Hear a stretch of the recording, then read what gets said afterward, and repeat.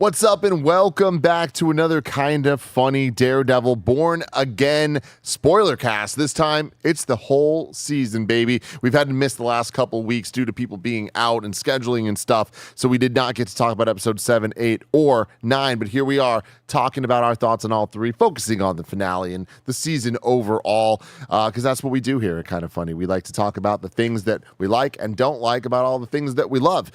You can get all of that on YouTube or Twitch watching live. You can also get it later as a podcast. If you get the Kind of Funny membership, you get the shows ad-free and you get a daily exclusive Greg Way. You can also be a super cool Patreon producer like Anatoly Ast, Delaney Twining, Carl Jacobs, and Omega Buster. A little housekeeping for you. We are an 11-person business all about live talk shows. We've already done a bunch of them today. We had Games Daily talking about Mario Kart World Direct predictions because that's tomorrow. You excited for that, Andy? Oh, yeah. I'm real excited. Yeah. Real excited. And then we have the Daredevil SPOILERCAST we're doing right now. And after this, we'll get into a super fun stream. It's GTFO with the devs. That's exciting, Greg. It is. Part of that. Andy talked about this on the Gamescast we just did, of course, that what's cool about this is, yes, we've done a lot of sponsor stuff lately, which is cool because, of course, thank you for sponsoring and keeping the dream alive. But this isn't sponsored. This is the fact that Andy did a preview of Den of Wolves, and the developers care so much about their game. They came in, were in the chat live, talking to us, talking to the Kind of Funny best friends. And when Andy was like, Greg, you really should have played GTFO. You would have loved it. It started an organic conversation with us and them of we should go play it, and today we're playing with the devs. Very, very cool. So you can check that out after this. You can also get today's Greg Way if you're a Kind of Funny member. It's 15 minutes, all about if Stars in the Bank is real. Is it real, Tim? Let me tell you it's real. Let me tell you it's real. I'm not even sure what it is, but I know it's real. It's definitely real. Today, we're brought to you by Imperial, Factor, and Shady Rays, but we'll tell you all about that later. Let's get into it. The topic of the show. Daredevil Born Again. Sometimes I take the Gamescast, run a show, and just copy and paste it over and make some changes. You know what I mean? It is what it on is. This damn thing. Nobody noticed it. Daredevil Born Again is now over. Andy Cortez, I feel like we missed you on this even before the last couple weeks that we missed overall. So where are you at with Daredevil, and what are your thoughts on the finale? I love the season. I love this show. I think the finale had some moments that I was still excited about, but kind of like had to go, I don't love the way they did that, but everything else is still so great, and everything else is playing out so incredibly, and I love these characters so much, and I love their interactions that I still really love this episode of TV. I think it was thrilling when it needed to be. It even those earlier episodes where he's not in the suit doing stuff, I think it was still it was so captivating anyways that I didn't necessarily miss a whole lot of that. But seeing him back in the suit, seeing the action sequences, I could have gone for one or two more big action sequences throughout the whole season, but overall I'm still very happy with it and even more excited for season 2. And remember, YouTube Super Chat in your thoughts on the show, what you liked, what you didn't like, everything in between. Greg Miller, what did you think of the finale? I'm right there with Andy. Tim, I loved this season, enjoyed it, was excited for it every time. Yesterday I caught up because, of course, Chicago being on the road and a couple other things. So, when I finished the penultimate episode, I immediately slacked you, Tim. Like, Daredevil, holy shit, this is a show. You know what I mean? And I found the finale lacking. Not to a point where it ruined the season for me or I wouldn't recommend you watch it. It was one of those that when it ended, it was you echoing in my ears from earlier in the day where somebody's mentioned something. You're like, well, remember, this was supposed to be one season. They broke it in half. And it's like, oh, I think that's painfully obvious here where I don't think it's a strong finale cliffhanger. I think a lot of I think we jumped to some pretty extraordinary things happening here that are like, like, I have a lot to say in terms of I think maybe we should have ripped Muse out of it and let some of these things actually go and breathe a bit more to get to where we were. But all that said, I loved this ride. I loved the journey. There's plenty to love about the fucking brutality of this episode of the finale and just seeing. Are we spoiling it? Yeah, SPOILERCAST. Just seeing Punisher and Daredevil there. Are you ready, Red? I'm like, oh the fuck on Johnny Bernthal, Nick. I had a great time. Nicholas.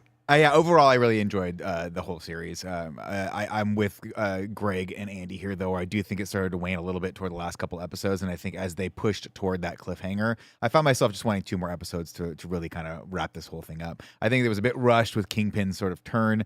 It makes sense, but I really do feel like we slow played it so far up to that, and then it just really does feel like by the time we get to the cages with all the billionaires in it, one of whom is the nurse from The Pit, which is amazing because I've been watching The Pit also. I just feel like, wow, we've really kind of jumped the shark here a little bit. And I honestly feel like the Daredevil Punisher thing was a little bit lacking. I think some of the action sequences toward the last couple episodes weren't as good as the first few. And that's unfortunate because you obviously want to see those action sequences sort of ramp up in creativity. But I always love seeing Jon Bernthal, and I love where he's like, I like the line where he was like, power goes out, you ain't got shit to make coffee here. I'm like, that hits close to my heart because all I ever want is coffee. But overall, really, really enjoyed it and looking forward to season 2. I feel like I share very similar sentiments where I loved the show. I loved this season. I don't think it's really that great at the end of the day. I think that like element to element and episode to episode, there were many great moments, and I just feel like overall it kind of doesn't sit with me as like, oh man, this is the best thing ever. This is the best Disney Plus show. Even I wouldn't say. No. And is it one of the better finales? I'd say so, but it's not the best finale. Well, and it's I feel like finale, right? I think it was. Again, it's hard because I don't want to let the behind the scenes knowledge I have affect my enjoyment of this show. But this one in particular, I think it really is impossible for me to not notice like how jarring watching episode 1 and then the last 2 are compared to the rest of the show. And I feel like that's the thing where not knowing exactly what was happening where from who and all that, but now knowing and seeing it, I'm like, oh, clearly you guys had to just try to make this stuff all work. And I think that there was multiple stories being told that were very intriguing, and I just don't think that they like crushed the landing on most of them. And some of them didn't land. Some of them we are still working. We have season 2 next year.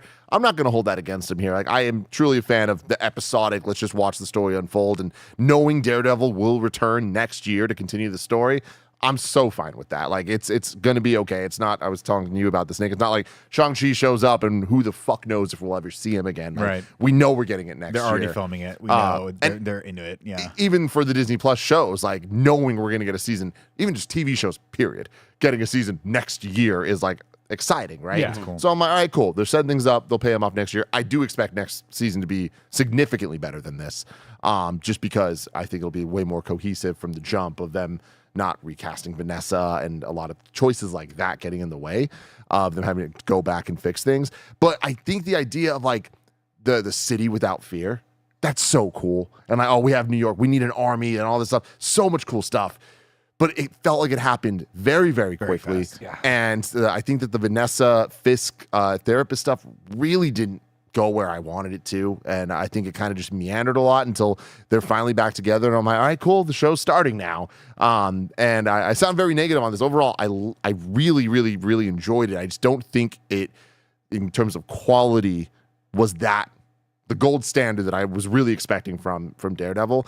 And the Punisher stuff kind of let me down as well. Like that, him beating the shit out of him and like all that amazing action, I thought actually was really, really good in this stuff. The team up between them is awesome. But I think the speech didn't hit the way it needed to. They cut away from it way too much. I feel like there was moments that needed to just be the moment, and they kind of made them just part of other moments.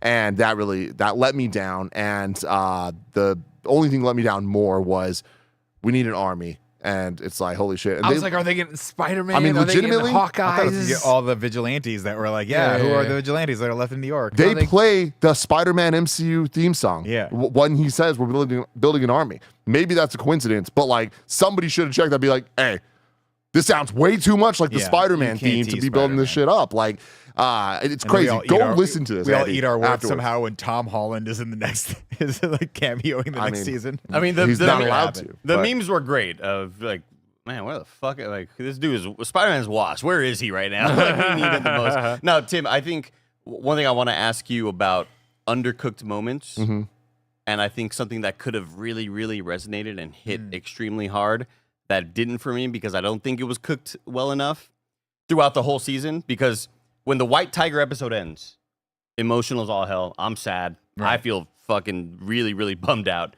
when even it hitting credits and you hear the frogs. Like, wow, that was a really good episode of TV, and like awesome, just man. really well done and thought out. But then, as he is looking at the cop and going, you recognize these bullet casings, right? Yeah, I fucking know what you did to White Tiger. You killed him, blah, blah, blah. And then they have those little cutbacks to the White Tiger. I'm blanking on the character, Hector. And they cut to, and those are usually the most easy things for me to feel. I'm just such a sucker for shit like that. Even if they aren't even well paced out, I usually get hit really hard by those little just kind of flashbacks to the murder and just him with his, and, you know, being found innocent in court and all that stuff. And those moments to me, I was like, I should be feeling a lot more right now. But I kind of forgot about a lot of it since in the last 4 episodes. Did you kind of feel similarly Absolutely. there? Oh yeah, for sure. And again, I liked having the White Tiger introduced. I liked having him killed. It felt like, we're gonna get different heroes kind of introduced and talked about that aren't just the ones we hear about all the time. And I want it clear, like I'm not saying like, we got to build an army, whatever. I'm not disappointed we didn't see Spider-Man and Doctor Strange and the whole goddamn Avengers show up in this thing.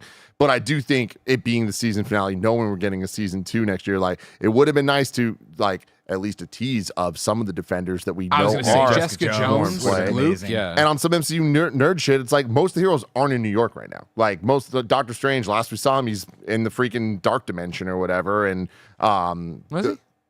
Yeah, the I don't end of it's the end of Doctor Strange I thought Multiverse he of bumped Madness. into Charlize Theron on the street, and then he had a third eye. And she was And like, she was like, "Come with me." Portal. He jumps in. Yeah.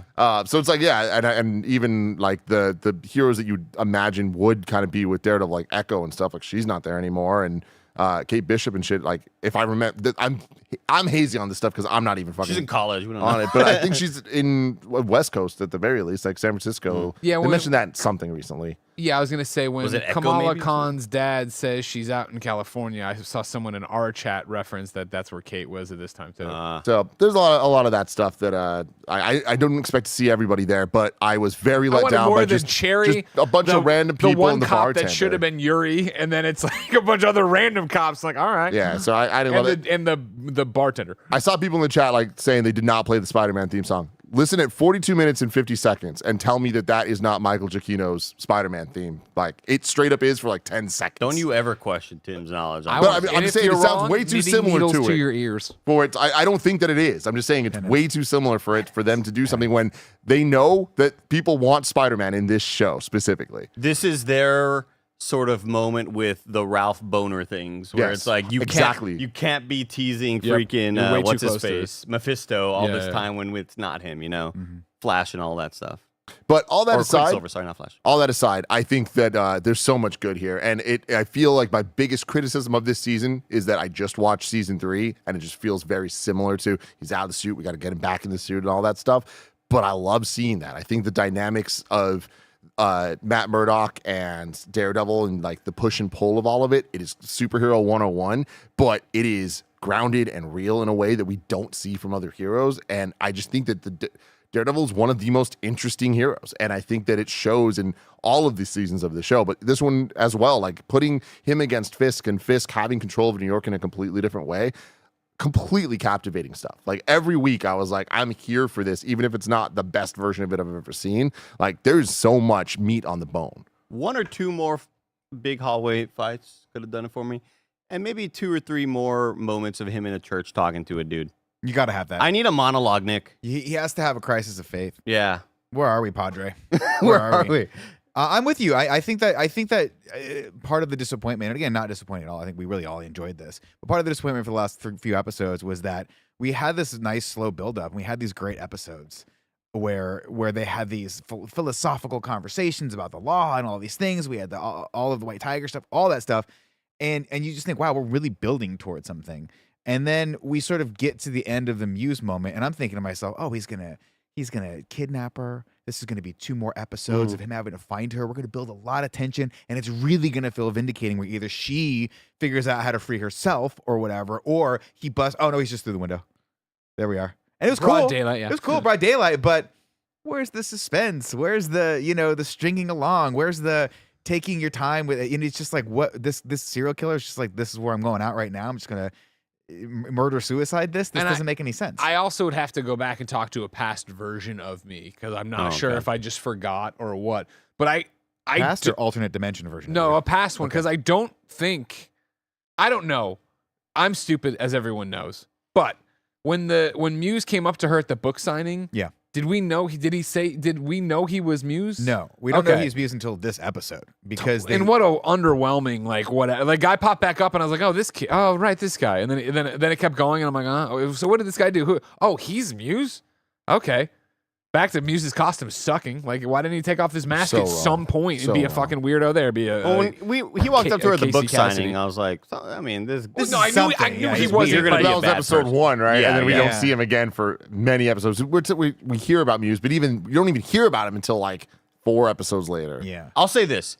This reminds me a lot structurally and thinking about the what could have beens to us watching Falcon Winter Soldier, but I think this was still a better end product of enjoying the show more. Oh, I think this is because I just think both things were kind of affected by shootings or things in that, not shootings, but reshoots is what I meant to say. For sure. Yeah. That's my opinion.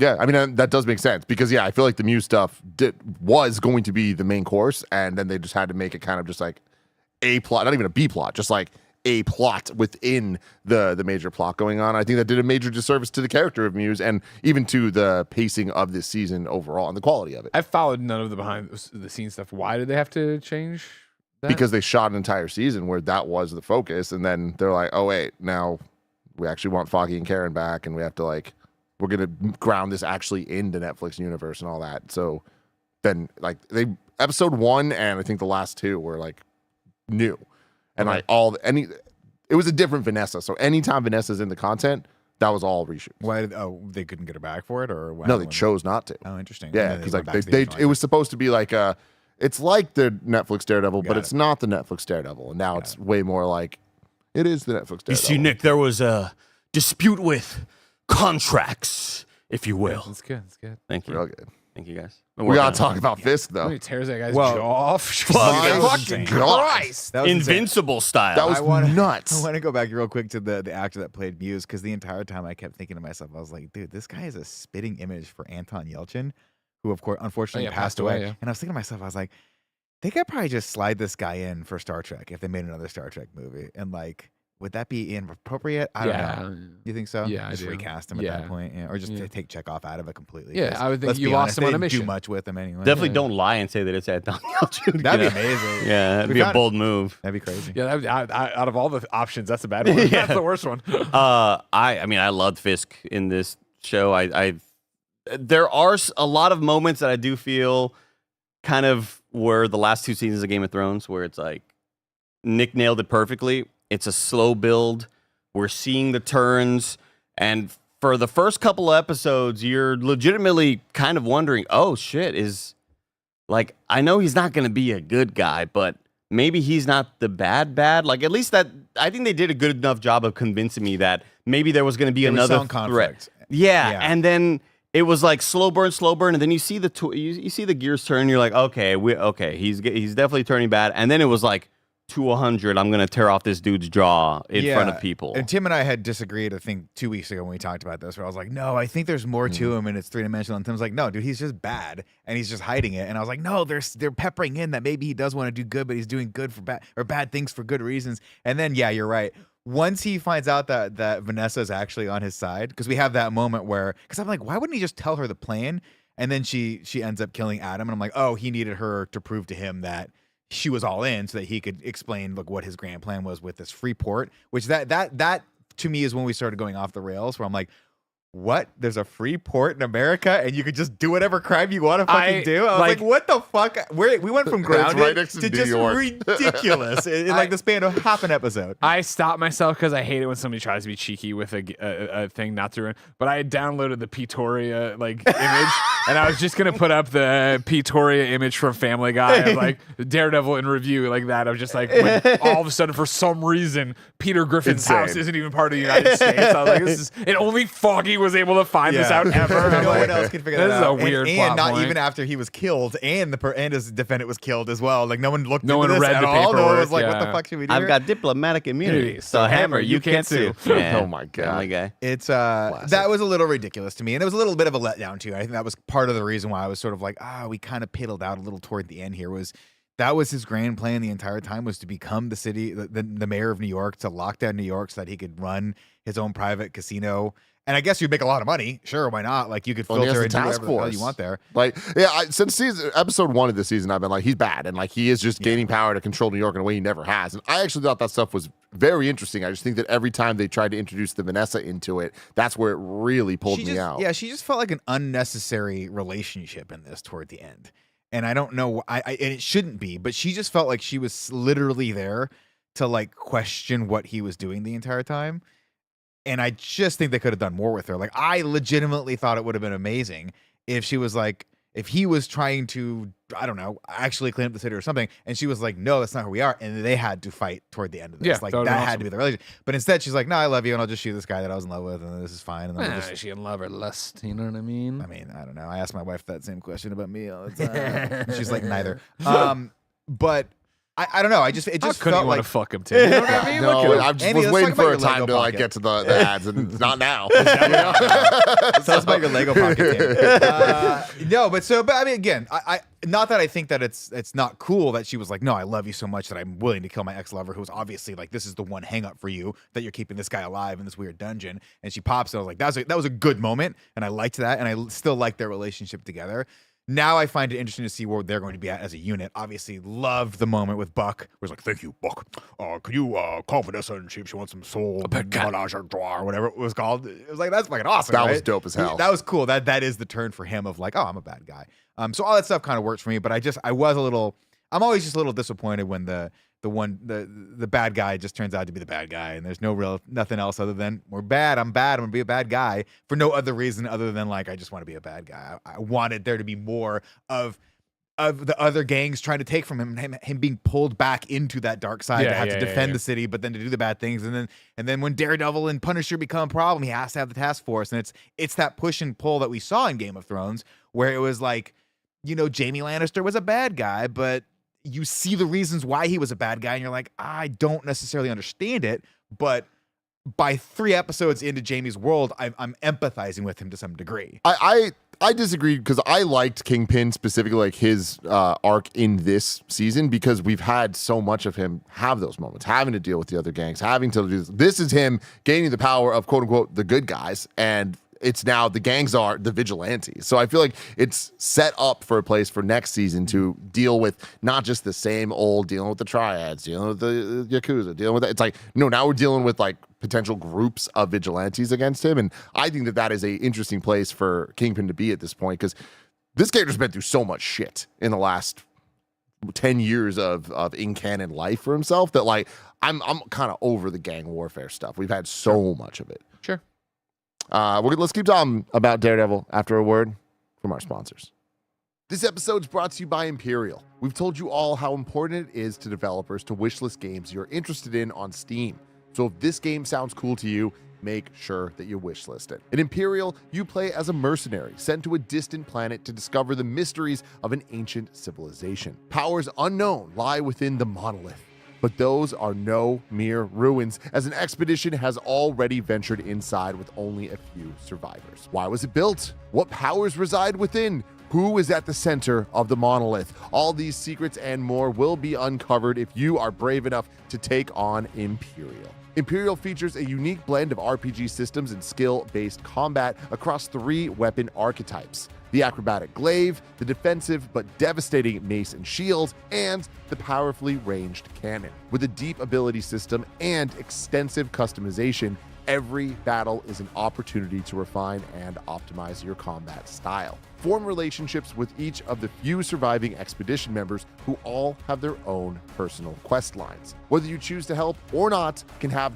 drastic consequences for them. The monolith is guarded by powerful automatons, each with distinct attack patterns and weaknesses that demand precise execution and strategy to be victorious. Create your mercenary, enter the monolith, learn powerful abilities, defeat the automatons, and Uncover the secrets that lie within Imperial. Imperial is available May 8th on PC, Xbox S and X, and PS5, but you can wishlist now. Do it! Wishlist Imperial. This episode is brought to you by Factor. Make this your best season yet with nutritious 2-minute meals from Factor. Eating well has never been this easy.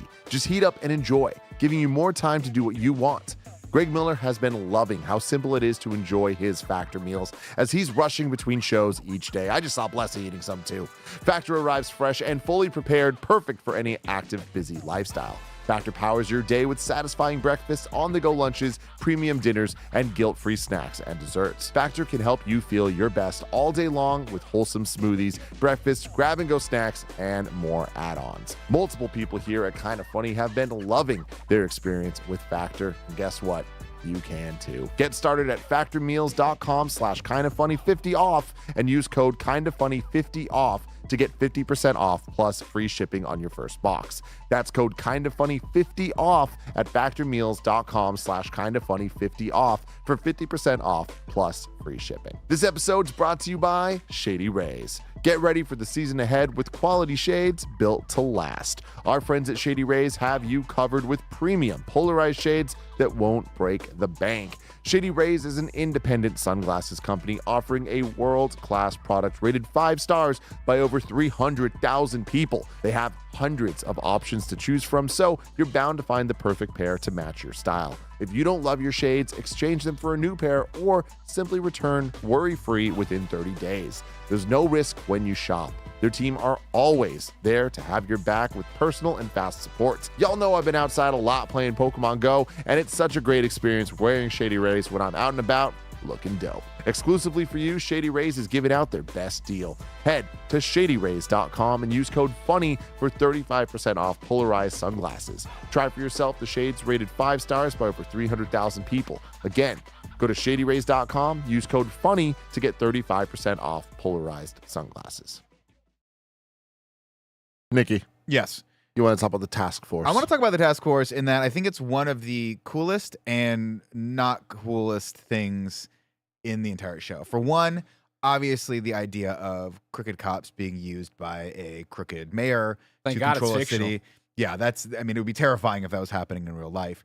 But I find that to be absolutely fascinating as a narrative device. I think that's always cool because it sets up obviously the escalation of violence, the escalation of oppression, the concept that he is now locking down the city. All that stuff is great. But I found myself wondering, like, it's really cool, but how is he expecting to do this with just the 10 crooked cops that he has? And then we go over to Red Hook Island. Everyone's crooked. And there are 400. Like, they kill so many of these crooked cops, and there's just more and more and more. By the time Punisher walks in, and I don't know why, I have to assume he has some ultimate plan for getting caught, but he walks into this, and there's like 300 cops around him. But there's one point where like, hey, you can't go, Daredevil, don't go in there, they'll kill you. And he's like, I have to do this. Karen. By the way, Karen coming back, ridiculous. But he was like, I have to, Karen. She goes, no, you'll die. He goes, I have to try. Looks over, sees 400 cops, and goes, you know what, a good point. I should probably not do this. Let's go back and we'll take care of my shoulders. Again, this is where like Too much tongue with that. You're doing a lot of.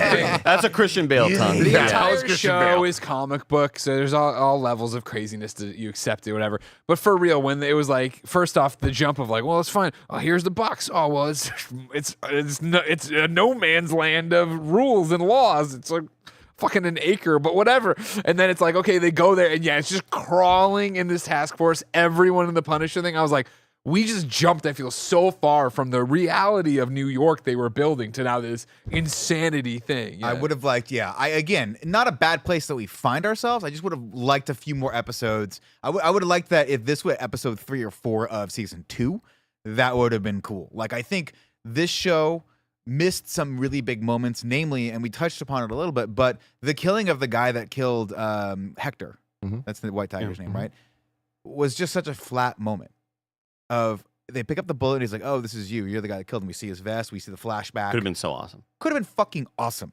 A showdown between this guy, a mini boss, and Daredevil would have been amazing. Of like, you were the guy that set this whole thing off. And Punisher being pissed, But instead he's like, oh, we should kill this guy. He's like, no, you can't kill him. What about this guy? Then shoots the other guy. I'm like, all right, where are we at here? And then a grenade just kills him, right? Because that guy's dead now, right? God, I also love them jumping out of the building. That was like, cool. how far did they fall? Oh, they But it felt was like also Fast and Furious rules. Furious grenade. rules. I hear the grenade, and then they jump, and they fall, and they smash, and they get up, and then it's the largest explosion of all time. it's like what just multiple. It happened? just keeps blowing What up. just happened? Well, there's some gas lines and stuff in there. Oh, the gas lines. Yeah. of course. Forgot Can't about the forget gas the gas lines. lines. Yeah, but I feel like that was a bit of a missed opportunity there, and it's moments like that that I'm like, I wanted more of this. Like this is. We've been alluding to this. This is one of the main cruxes of why he's able to get power. It's like this push and pull of like, is vigilante law like good? Is it bad? We've seen this guy. We have these questions that are all fascinating questions, and then this guy gets killed by a Punisher clone. That's so fascinating, but then it just kind of doesn't. We don't do too much with it. Back to it. This is where I thought, oh, here comes the Punisher speech where he's Yep. going to talk down. All these, oh, he doesn't do it. Oh, he's yes. Stealthily kills the one cop and then just walks in to fight a million cops. What do we do? Then I'm like, here comes the speech. We don't get it. They're cutting away. I was like, ugh. Yeah, that speech Yeah. was not great. It wasn't great. And I don't think it was like the worst thing ever, but I feel like if you're going to do the crooked cop storyline stuff, like you have to handle that with grace and with no, grace isn't even the right word. Expertise. With freaking like with your 10 feet down, 10 toes down. Yeah. You know what I mean? I need Punisher with a fucking minigun standing in front of a row of cops, a standoff of being like, you motherfuckers you need to back down. You are fanboys. This is not the right way of doing it. And have there be that tension of like, is he going to kill them? Are they going to kill him? Are they going to back down? But instead, he's just kind of strapped to a chair, getting the shit kicked out of him for reasons I have no idea. And As again, the to your audience, point, I don't know why he to did your this. point, it's probably I mean, he breaks the dude's arm. But we in the see this end credit this scene. really weird post-credit, mid-credit sequence. Hey, from Jersey, I'm from Jersey. Let me shake a hand. too. And it's like, obviously he's going to kill you. He's Well, the a Punisher. fanboy. Are He's you a fucking fanboy, stupid? though. Yes, he is But he's stupid. not that He's stupid and stupid. blinded by that stuff. Yeah, He no, just I think saw that made Punisher sense. I liked it. kill 30 of his friends with shields, by the We way. don't know This how is long- the Jersey connection, though. We don't know how much time went by though. I mean, it's true. It's true. Imagine if it was like 15 minutes later.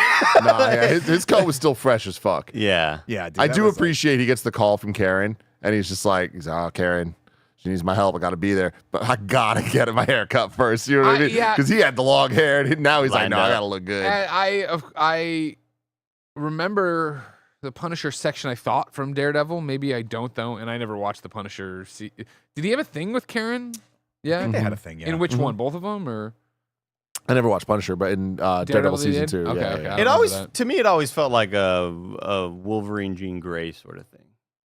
Or maybe I'm just sort of like a cuck projecting. thing? I don't know. Kind of, but I mean, I also even in this episode, like, I mean, no, he didn't. No reaction. Yeah. He stonewalled me God on that damn, joke. you're so professional God now, damn Andy. it, Andy. You Oh, know I what heard mean? cuts thing. No, like Scott Summers over there Oh, with his cut, one yeah. eye. You know, they have that special One chair. eye. yeah. But like the heartbeat scene, I thought was pretty good in this. Like when it Yeah. was Karen, Matt, and Frank together in this, and Gentlemen. like just the way they dealt with all that, I thought that was Can I really say cool. one thing? It's a gear shift, but in Sure. the same vein because we're talking about like different characters. I realize I'm the only one with taste here, Yeah. but I would like to defend Falcon Winter Soldier a bit because I enjoyed that show so much because of Anthony Mackie and Sebastian Stan being together. And when I look back and think about what I enjoyed about Daredevil, which I really did enjoy, I'm not trying to take anything away from it.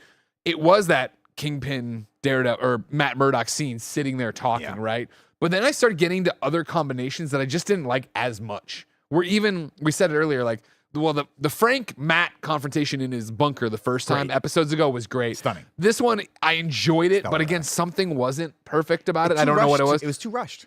And so that's the thing is I just want to throw out is, you know, because Andy cast a little bit of shade there on Falcon and Winter Soldier a second back. I mean, I thought the show rocked until it sort of fell apart near the end because of it was clear that COVID really fucked up a lot of the writing. And that's what this show kind of seeming to have a DNA and this show was going to have its own identity and then kind of getting ripped apart by other outside reasons. Those are the same kind of vibes I had where I could see the seams of, oh, this was probably different here, but whatever happened, you know? I mean, that happens a lot with shows in general. Sure. I think that Falcon Winter Soldier problem we had, and correct me if I'm wrong, but this was where we were like, these are the weakest like antagonists out of any show, right? Wasn't it the Brain Smashers or something? Well, like that was because of they couldn't Flag flag Smashers. smashers. Flag They- Smashers, that's what it was. They had to, like, Flag neuter- Smashers is an equally stupid yeah, name. you're right. Right. But what I'm saying is this didn't suffer from that, right? Like I understand behind the scenes stuff is what it is. But this, we had strong antagonists. We had all the dynamics of the characters that needed to be there. They just didn't, and I hate to use the term, but they just didn't stick the landing, in my opinion.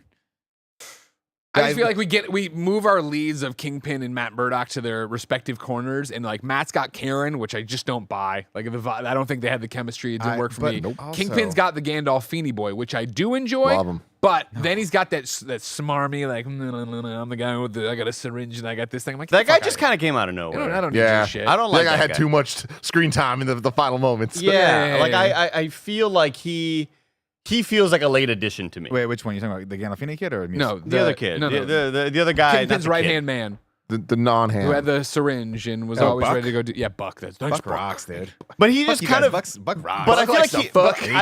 But I feel like he was a zero factor, just side dude to like. right hand. Yeah, man. and it happened kind of out of nowhere for me. I was like, who are you? Like, I know who you are, but why are you now this character? I want to talk positively. I liked the Gandolfini character. I think it touches a little overdone, but I think that fits with the character. And I like seeing his sort of like being drawn into the darkness and seeing that process of one step at a time, one little give at a time, and then all of a sudden you're threatening your friend who is a journalist, and you're like threatening to extort or whatever, like, you know, under threat of violence or whatever. It's like what I do to Jordan Midler. Yeah, exactly. I totally understand that reference. Mm-hmm. We get there. That was cool. I like that. I like where we see him. I like that. I buy that this character is morally ambiguous enough to submit to the darkness and to like go along for the ride because he sees this level of power. I thought the other person was interesting too. His assistant, the one who's like basically given to him. And she's the one who's trying to be his like his true north, the compass. And then She of realizes course, he's such a lost It's cause that so she has to gone. get on the evil side. Yeah, and she then has starts to crying. do it. Yeah. Commissioner, I like that whole thing. I like having his fucking face ripped apart. I do wish we had a couple more beats with the scene with him. And I honestly think I wish the character of the commissioner was just a little stronger. Yeah. Because he just seemed very one note. They didn't give him a lot of screen time and a lot of stuff to do. Because we start with him kind of being kind of corrupt too. And you're like, well, why do we care? Anyway, Is that a wig or a hair transplant? that's definitely a wig. Because he looked like J. Jonah Jameson. It looked like a hair transplant to me. It looked like he was fresh out of fucking turkey. Like 4 weeks ago or something. It's possible. Two things I want to call out here. For the Gandolfini boy, when he calls out the town council or whatever and they've all got their skeletons, he does the thing where he stands up and opens his coat for a second. He's wearing suspenders. He puts his hand in Nick, his should I suspenders. wear suspenders? All the time. Because You know, Kevin used to wear suspenders all the time. No. All the time? Ah. I don't remember No, that. I just wear them at weddings. I still do that. It's a good look, Kev. Can we call him Mini Gandolfini? No, I like the Gandolfini Mini boy. Can you wear suspenders with a belt though, and then also do the thing that all of our dads did, where it was like a pager and a cell phone, and maybe like binoculars and a fucking flashlight on the belt as well? Grappling I'll hook. just wear my What's the purpose Ghostbusters of the outfit. You know what I mean? suspenders? What was Right the there. purpose of the motion for flashlight? Nick? You can get it out. Yeah, Right? yeah, okay. Don't worry about it. My dad used to have flashlight with the possums, and then my mom would go push the possums off the fence with a broom. Ah, Just of stick 'em course. over the other side. Okay. Then my other thing I want to call out is a complaint with the commissioner here. And is that even what he was? You should have a stronger skull. For real, still? Like that's a weak skull, man. I mean, that's how strong the Kingpin is. Yeah. But That's true. But still. that's where I'm going with it a little bit. All right. Yeah, he starts off and he's got his skeletons in his closet and he wasn't going to do it. And then then of course, just to give his whole plan to the woman, he thought he could trust her. He couldn't trust her. Okay, that's fine with him. But when when he gets picked up by the former rookie cop, right? Yeah. He knows. He looks the other way. He does the little Fresh left. ink. He knows he's going to fucking die. Gotta do what you So gotta he do. shows up. I'll tell you right now. Everybody knows I don't negotiate with terrorists. Hey, you're strangling the shit out of that guy. Oh, no. Well, yeah, I would, of course, but I'm not, Use that this bear guy's going strength to for roll right something. over. Here's my problem with the commissioner. When he walks in there, he knows he's going to die, and he still plays it like such a weak little bitch.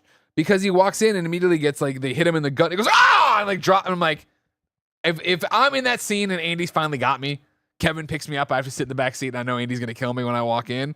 Andy's not going to hear me cry. Now, when I get my head smushed, of course, I scream. I give you permission to scream. I do that to all my victims. Of course. But, you know, You may I'll scream. but in the first shot, I ain't fucking cracking that quick. I might like.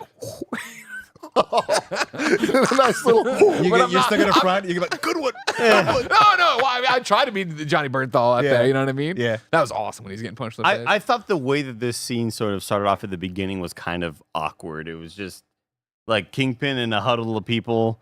Clearly, Not great blocking. Clearly, this was not a last minute addition because I think you really this- have to plan the prosthetics and all that shit. Like Fair. they already showed the face of the the dummy sort of double of the face that they eventually break apart. But yeah, weird blocking where it's just kind of them in the corner and they're like, oh hey, and like it just It was looked their final huddle up. It looked real amateurish the way it was just shot. Like I don't know, it just kind of I didn't agree feel with you. great. It felt like they were like, we really needed to nail the face ripping part.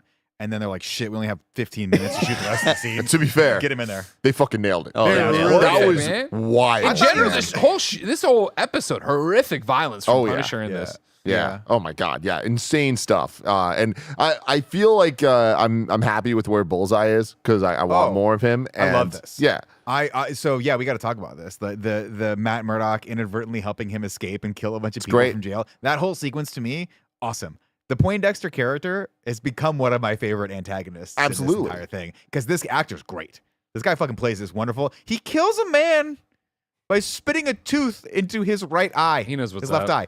That's fucked up. Well, he Oh, doesn't yeah. kill him, remember, because you hear him going, ow! Oh, and it takes the scissors apart. Yeah. That and then He's you awesome. get the scene where Vanessa calls and she's like, "Is it done?" He's like, "Well," he's like, "Is he dead?" Well, he actually escaped and he killed a bunch of people on the way out. And we get that cool shot of him where he's like all fucked up, but he's in the prison guard outfit and Awesome. he scans the thing and sits down. The other guy's, "Wow, rough day." He's like, "Yeah, fucking killed 3 people."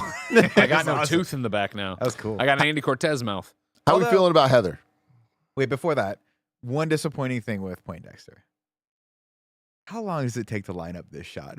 You killed a guy with a Yeah, tooth. yeah, What yeah, the fuck yeah. are we doing? Like, where? That's where we start. I start really. It takes me out of the narrative and reality of the world. Where I'm like, we've already established that this guy can take anything.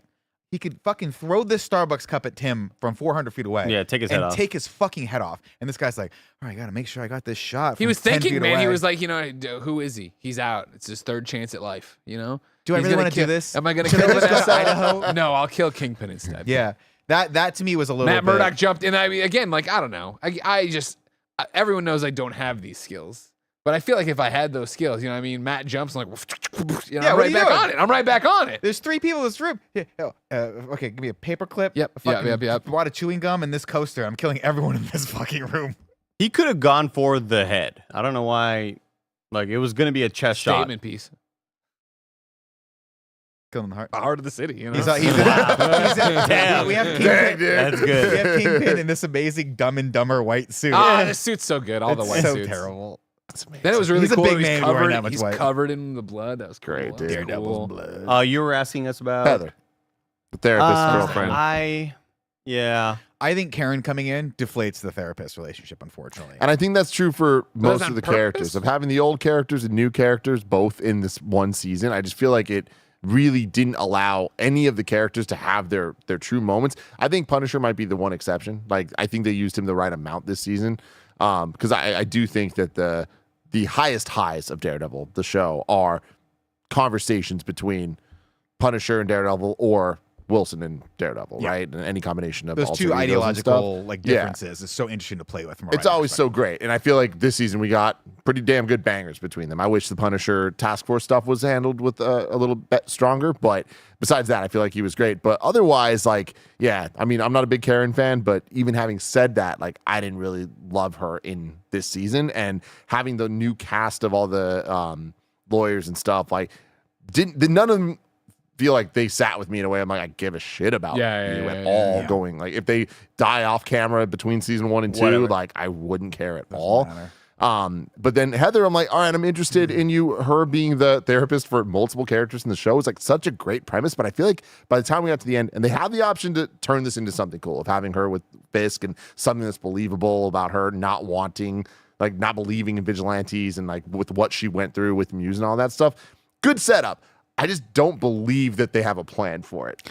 I don't think they do either. I mean, if it doesn't feel like, it feels like the character is sort of in a nebulous space, which is unfortunate because she started really, really, really strong, and I think they gave her a lot to work with here. I like that she is so fascinated by the vigilante like mindset that she's writing a book about it, and that makes her want to get like interviews with these people, and it's not a fanboy thing, but it kind of is a fanboy thing. She's like, oh, like there's that one great moment. She's like, wait, you know, like you can get me Daredevil, right? Like, and that's a weird crossing of boundaries that for a therapist shouldn't do, but kind of.